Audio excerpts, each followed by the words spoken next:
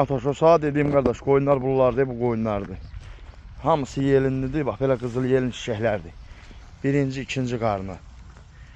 450 baş çiçəkdir. Hamısı birinci, ikinci qarnına bak formu yelindirlər. Qızıl yelin, əksəriyyətdə birinci qarnı xam çiçəkdir. Boz qoyundur qardaş, qoyun hamısı super heyvanlı. Qoyun da Kəlbəcərdən 300 gün bundan qabaq gəlib. Bax belə gətirmişəm. İndi bir dəqiqə heyvanı qadanalım. Payızlığa gətirmişəm.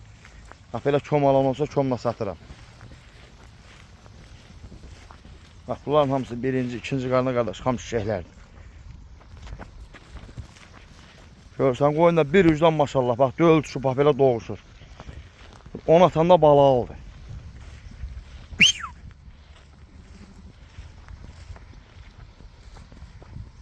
Bax bu form heyvanlardır.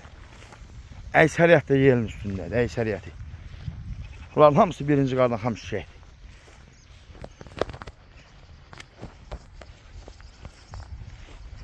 Görsən Atoş, bax bunların hamısı qardaş birinci qarnadır.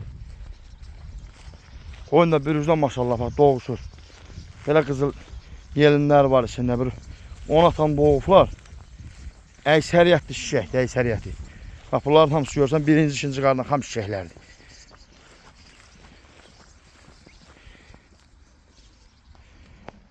Hamısı yelin üstündədir qoyun.